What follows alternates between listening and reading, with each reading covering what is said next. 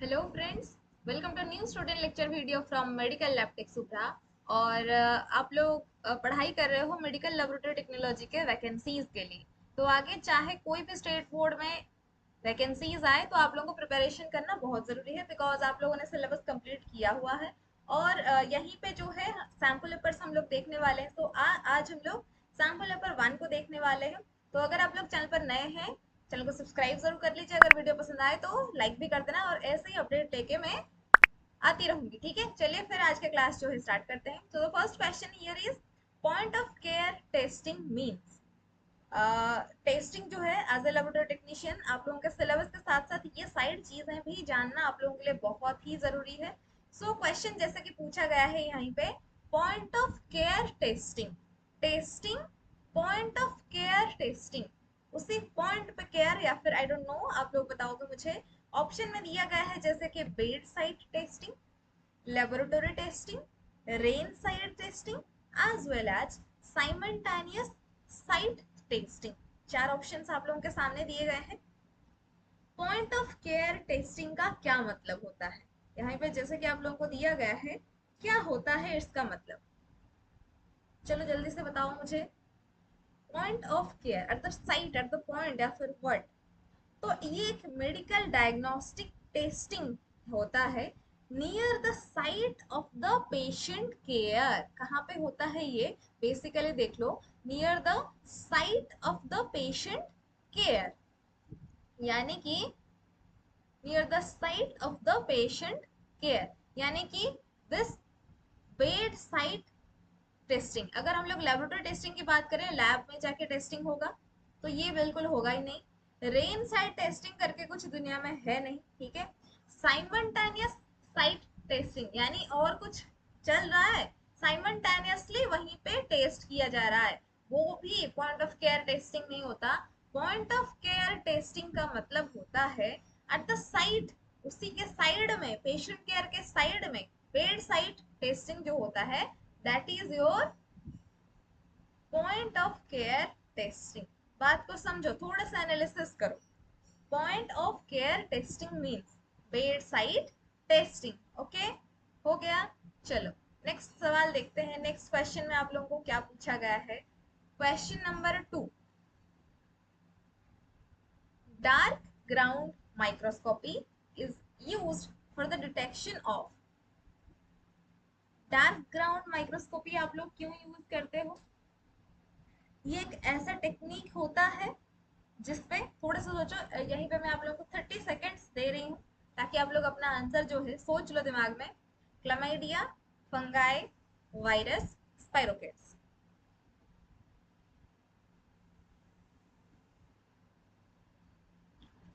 Dark ground microscopy, और you can say that dark field microscopy, ये एक ऐसा टेक्निक होता है जहाँ पे हम लोग ऑब्जर्व करते हैं unstained samples. What we are going to do, we are going for, sorry, we are going for unstained samples. We are going for unstained samples. Unstained का मतलब क्या होता है, जो कि स्टेन नहीं होगा। ठीक है, हम लोग इसे स्टेन नहीं करते हैं, so that it will appear brightly against a dark और black background। ठीक, सपोज फॉर एग्जाम्पल, यहीं पे आप लोग देख लो, मतलब थोड़ा सा इमेजिन कर लेना। Suppose for example I am going for dark field microscopy, तो बैकग्राउंड जो है that will be purely dark, it means dark और black in colour. Okay, so what will happen next, the microorganism will appear as brightly colored like this.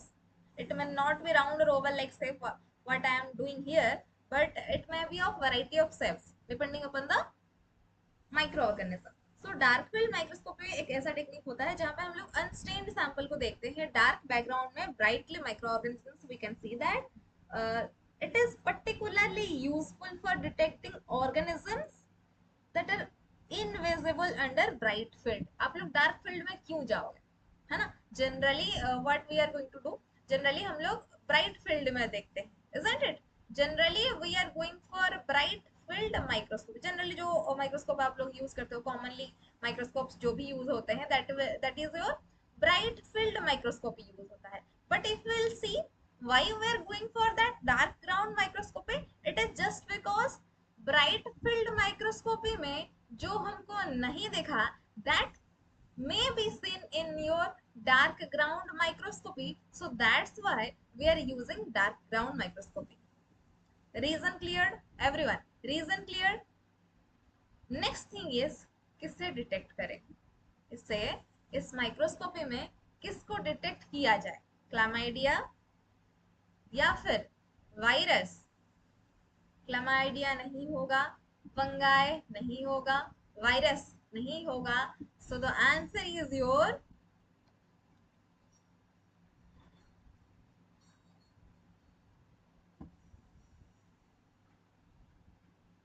Spirochaetes. ये क्या cause करता है? Syphilis. Treponema pallidum क्या है? Treponema pallidum क्या है? That is a spirochete, right? Treponema pallidum नाम तो सुना ही होगा, isn't it? Treponema pallidum.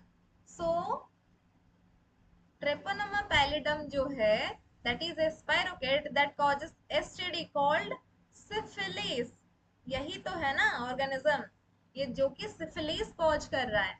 So this स्पाइरोकेट जो है, ये डार्क फील्ड माइक्रोस्कोपी में डिटेक्ट होता है। क्लियर? आज के बाद एग्जामिनेशन में पूछा जाएगा तो कर लोगे। चलिए, वेरी गुड। नेक्स्ट क्वेश्चन देखते हैं। नेक्स्ट क्वेश्चन में आप लोगों के सामने, जैसे कि ये तो सारे सैम्पल पेपर्स में आप लोगों ने ये वाले क्वेश्चन को देख लिया होगा। The serological test used to the efficiency of treatment of syphilis। देखो, अभी अभी सिफिलिस के बारे में हम लोग बात कर ही रहे थे, इधर आ गया आप लोगों का एफिशिएंसी ऑफ ट्रीटमेंट। बात को समझने की कोशिश कीजिएगा। 4 ऑप्शंस जो हैं, they are used as a serological test for syphilis. I know that आप लोग कंफ्यूज हो रहे होंगे, but question is not only for a test. Question is efficiency of treatment. Question is efficiency of treatment. Are you getting my point? RPR,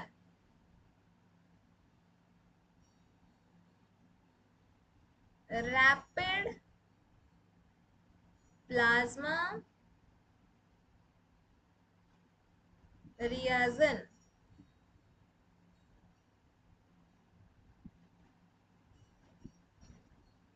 TPHA, Treponema pallidum heme agglutination assay.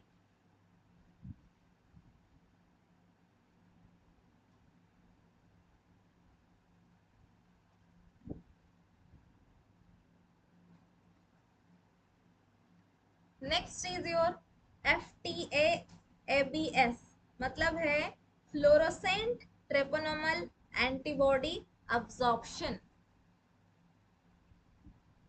Fluorescent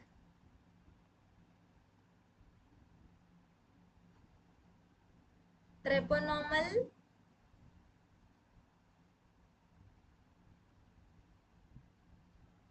antibody absorption।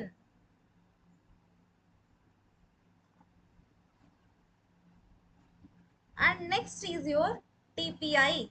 Next क्या है? TPI। तो इसका full form किससे पता है? 3 का full form मैंने बता दिया।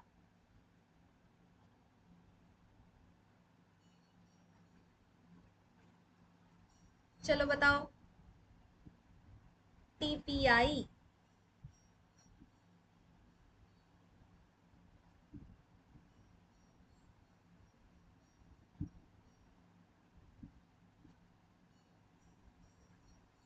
ट्रेपोनोमा pallidum immobilisation.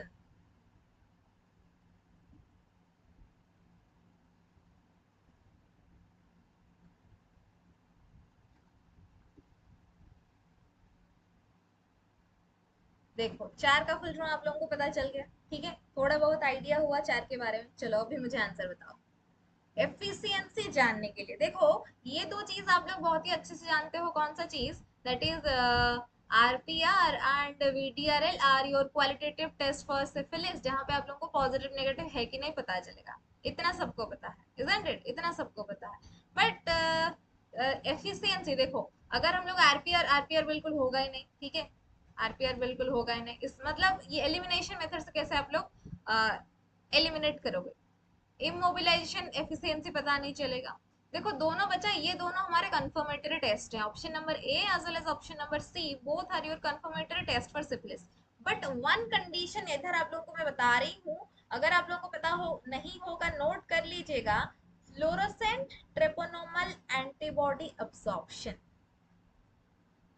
Fluorescent treponemal antibody absorption जो है after your treatment of syphilis, this also remains positive for life. Yes, fluorescent treponemal antibody absorption बहुत ही सेंसिटिव स्पेसिफिक ब्लड टेस्ट होता है to detect antibody of Treponema pallidum, जो कि syphilis cause करता है, जो कि एक कंफर्मेटरी टेस्ट है सिफिलिस का। बट ये क्या है? It is, it remains positive for your lifetime, so it cannot be used as efficiency of treatment। Treatment किस हिसाब से चल रहा है आप लोग को इससे पता नहीं चलेगा। Are you getting my point everyone? मिल रहा है मैं क्या बोल रही हूँ? समझ पा रहे हो आप लोग? एफिशिएंसी कहाँ पे पता चलेगा कि मेडिसिन काम कर रहा है कि नहीं, ट्रीटमेंट सही से हो पा रहा है या नहीं? ये किससे पता चलेगा आप लोगों को कि मतलब कितना परसेंटेज में ये जो मेडिसिन है ये काम कर रहा है कि नहीं, isn't it? लेकिन अगर ये लाइफ टाइम तक पॉजिटिव रहेगा तो कैसे आप लोग एफिशिएंसी कर पाओगे? It means it is totally clear, this is the correct answer of this question. Clear हो गया? This means this is totally clear कि ये टीपीएचए जो है that is the correct answer of this question. Clear? चलो next सवाल देखते हैं। नेक्स्ट क्या पूछा है? फ्राइड एग कॉलोनीज, एग जैसा दिखता है कौन?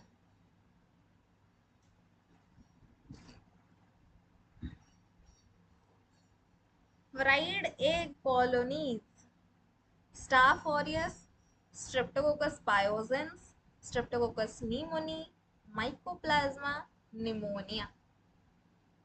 चार ऑप्शंस आप लोगों के सामने है, कौन सा हो जाएगा? देखो स्टेफाइलोकोकस आप लोग देते हो ब्लड एगर में, स्ट्रेप्टोकोकस भी ब्लड एगर में देते हो, बीटा हिमोलिसिस देखते हो। बट द थिंग इज, जिसके पास सेल वॉल नहीं होता, माइकोप्लाज्मा, ये क्या है? जब इसे आप लोग अगर प्लेट में कल्चर करते हो, इसके कॉलोनीज के पास एक स्पेशल कैरेक्टरिस्टिक अपीयरेंस होता है, जहाँ पे कॉलोनी के सेंटर में थोड़ा सा रेज होके एक योक टाइप का, ठीक है, एक योक टाइप का चीज जो है, पेरीफेरी ट्रांसपेरेंट रहेगा, ट्रांसलूसेंट रहेगा, like whitest part of your egg. इसे देख लेते हैं, ठीक है, एक मिनट आप लोग देख लो इसे। Suppose I am searching for that fried egg type of thing. If you can see like this, ठीक है, ये पिक्चर सभी स्टूडेंट्स को दिख रहा है क्या? कॉलोनीज देख रहे हो? फ्राइड एग जैसा ना, मतलब ये this will be your whitest part and this is your yolk वाला part. So so that's why ये जो कल्चर में हम लोग इससे बोलते हैं फ्राइड एग कॉलोनी। ये किसका कॉलोनी है? ये है आपका माइकोप्लाज्मा का कॉलोनी। ये किसका कॉलोनी है? ये है माइकोप्लाज्मा का कॉलोनी। ठीक है, समझ में आ गया सबको? सो इसका आंसर क्या हो जाएगा? Mycoplasma pneumonia. माइकोप्लाज्मा के पास एक स्पेशल कैरेक्टरिस्टिक फीचर होता है that looks like your fried egg. Okay, चलो नेक्स्ट सवाल देखते हैं। नेक्स्ट सवाल क्या है, बहुत ही इंपॉर्टेंट सवाल है, इसके बारे में बहुत सारे डिस्कशन होगा, तो ध्यान दीजिएगा सब लोग यहीं पे, ठीक है। Which of the following markers is associated with normal mature B cell expression? देखो, आप लोग हिस्टोपैथोलॉजी में अगर काम किए होगे तो आप लोगों ने हिस्टोपैथोलॉजी जैसे कि प्रोसेसिंग तक स्टेनिंग कर दिया, माउंटिंग कर दिया, फिर माइक्रोस्कोपी कर लिया। अब नॉर्मल सेल्स और टिश्यूज के बारे में आप लोगों को पता चल गया। बट अगर आप लोग आईएचसी कर रहे हो, it means immunohistochemistry. It means your immunohistochemistry में क्या होता है, we are seeing that antigen antibody reaction. Okay, we are seeing that antigen antibody reaction, वहीं पे हम लोग एंटीबॉडीज यूज करते हैं, and we say that as markers. Markers are none other than your antibodies. So antigen is present in the tissue sections, and we are providing antibodies from the outside source, and thereafter after staining we are seeing the antigen antibody reaction. It is positive, negative, something like that. So we are seeing that. So the main thing is इतने सारे markers होते हैं ना, हम लोग इसे याद नहीं रख पाएंगे, बट मोस्ट कॉमन जो है मार्कर्स उसे हम लोग यूज कर सकते हैं, याद रख सकते हैं। तो normally if will see mature B cells typically express specific markers. कौन सा मार्कर है ये, mature B cell express specific markers. Option में यहीं पे जो दिया गया है मैं बता दूंगी तो आप लोगों को पता चल जाएगा, लेकिन आप लोग इसे याद रख लीजिएगा। CD19, CD20, CD21, ये तीन markers specifically express several specific markers, ये normal mature B cells express करते हैं। तो CD19 जो होता है ये एक पैन बी सेल मार्कर होता है, बी सेल के अर्ली डेवलपमेंट से स्टार्ट होके to mature B cell stage तक CD19 प्रेजेंट रहता है। CD19 is present from the B cell development, early development B cell का लेके till mature of the B cell.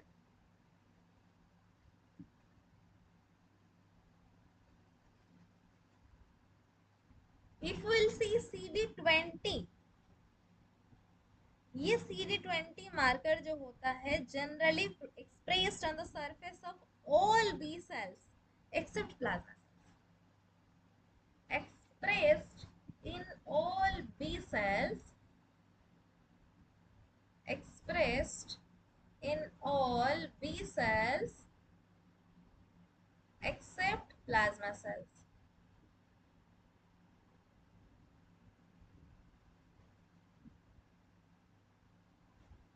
Next you will see अगर CD21, this is also known as your complement receptor 2, जो कि complement component के साथ bind करता है, ठीक है। So generally ये तीन markers use होते हैं with normal mature B cell expression, और ये तीन में से कौन सा वाला ऑप्शन में प्रेजेंट है देख लो, that is present in your option number 1, CD19. CD19 marker is associated with normal mature B cell expression.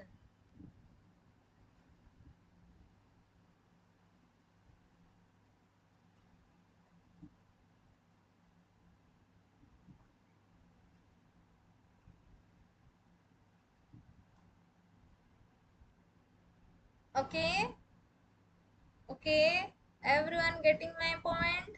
CD19 हो जाएगा।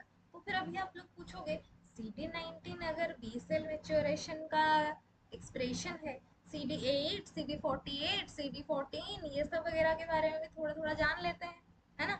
ऐसे तो बहुत सारे मार्कर्स हैं, सबको तो याद नहीं रख सकते, लेकिन जितना अभी पढ़ाई कर रहे हैं एग्जाम्पल पर में ऑप्शन में दिया गया है उतना तो याद रख सकते हैं ना, isn't it? नेक्स्ट इज और CD8। तो CD8 जो होता है ये सरफेस ग्लाइकोप्रोटीन होता है, जनरली मिलता है ये साइटोटॉक्सिक टी सेल में। तो CD8 जो है that is the immune cell that can kill cancer cells, ठीक है। तो इसको हम लोग बोल सकते हैं it is also known as your T killer cells. T killer cell पढ़ाई किया होगा क्लास 12 में आप लोगों ने, T killer cells that is your CD8।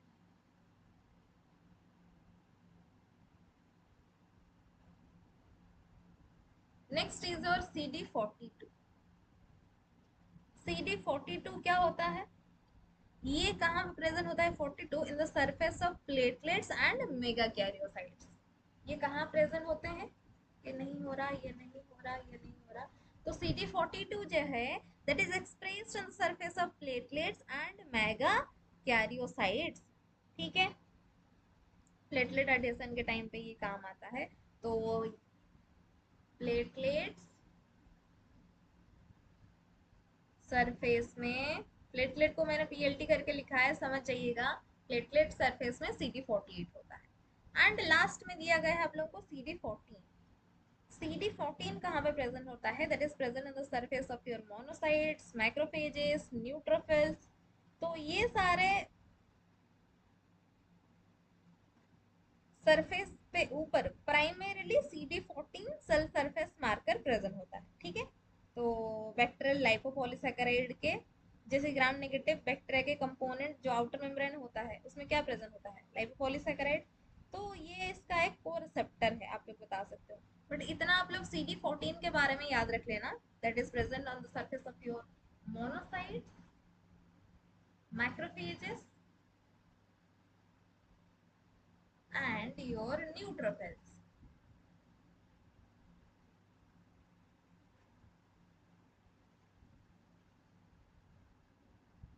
Okay, are you getting my point, everyone? Which of the following markers is associated with normal mature B cell expression, that is none other than option number A, CD19। चलो next सवाल देखते हैं। Next सवाल पूछा गया है मधुरा food के बारे में। Madura foot is caused by all except, Madura foot इसे अदरवाइज आप लोग मेडिकल टर्मिनोलॉजी में क्या जानते हो, मेडिकल टर्मिनोलॉजी में इसे आप लोग क्या बोलते हो,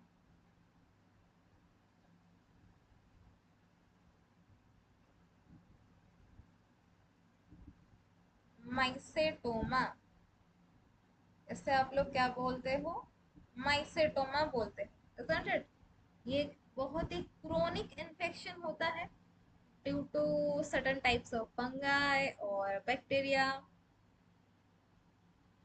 जो फंगस इसे कॉज करता है इसे हम लोग बोलते हैं यूमाइसोटोमा। इसका अदर नाम भी है, लेकिन अगर मैं बता दूंगी तो आप लोग बता दोगे मुझे आंसर, ठीक है।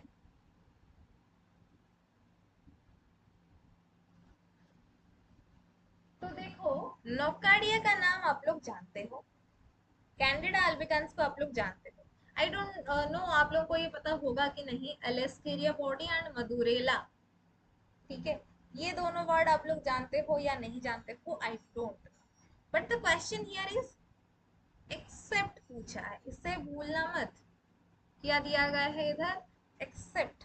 सो नोकार्डिया होगा, मधुरेला नाम है तो मधुरेला भी होगा, होना भी चाहिए। ये जो एलेस्टेरिया बॉडी, ये एलेस्टेरिया बॉडी जो है इसको अदरवाइज स्क्लेरोटिक बॉडी भी बोला जाता है। So this also caused by your Mathura fit, ठीक है, ये भी हो जाएगा। लेकिन कैंडिडा अल्बिकन्स तो कैंडिडियासिस करता है ना, so it will not cause your Madura foot. Okay, so that will not cause your Madura foot. तो Madura foot is caused by all except your candida albicans, because this causes your candidiasis।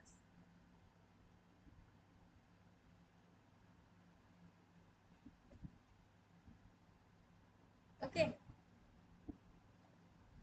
चलो next सवाल देखते हैं। Fungal meningitis is caused bye,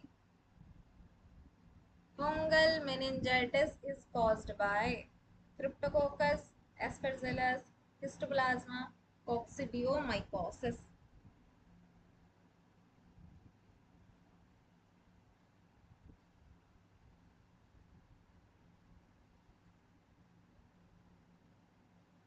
meningitis समझ रहे हो, वो भी फंगल मेनिंजाइटिस। नॉर्मली मेनिंजाइटिस होता तो हम लोग बता देते कि नीजरिया मेनिंजाइटिस होगा, बैक्टीरिया के तौर पे अगर हम लोग देखेंगे तो नीजरिया मेनिंजाइटिस हो जाएगा, no doubt about that. But यहाँ पे बैक्टीरिया नहीं पूछा है ना, पूछा है फंगल, फंगस। तो ये चार के चार फंगस है, I know, we know that. तो क्या आंसर हो जाएगा? Fungal meningitis is caused by what? Cryptococcus, Aspergillus, Histoplasma, coccidioidomycosis. सोचो, सोचो फिर मुझे आंसर बताओ, क्या हो जाएगा इस क्वेश्चन का आंसर? फिर एस्परजिलस नहीं होगा, हिस्टोप्लाज्मा नहीं होगा, कॉक्सिडियोमाइकोसिस नहीं होगा। 100% करेक्ट आंसर जो हो जाएगा that is your Cryptococcus neoformans. Collection आप लोग इसके लिए क्या करते हो? सीएसएफ कलेक्शन करते हो, सेरेब्रोस्पाइनल फ्लूइड, है ना, that is present in your meninges. Meninges में सीएसएफ प्रेजेंट होता है एंड सीएसएफ को कलेक्शन करके you can check for cryptococcus neoformans.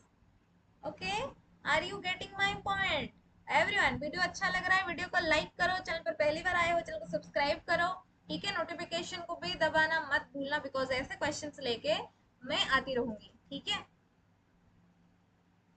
And next thing is, अगर आप लोग मेरे से पढ़ाई करना चाहते हो, मेरे एप्लीकेशन जो है सुभाष बायोलॉजी, डिस्क्रिप्शन में मैं आप इसका लिंक दे दूंगी, आप लोग इसे जाके चेक कर लीजिएगा। वहीं पे फाउंडेशन बैच और माइक्रो लैब बैच दोनों चल रहे हैं। फाउंडेशन बैच में आप लोगों का conceptual clarity chapter wise theory plus MCQ हम लोग देख रहे हैं, और सेकंड बैच जो है माइक्रो लैब बैच, उससे हम लोग डिफरेंट स्टेट बोर्ड के एमसीक्यू प्रैक्टिस कर रहे हैं, ठीक है।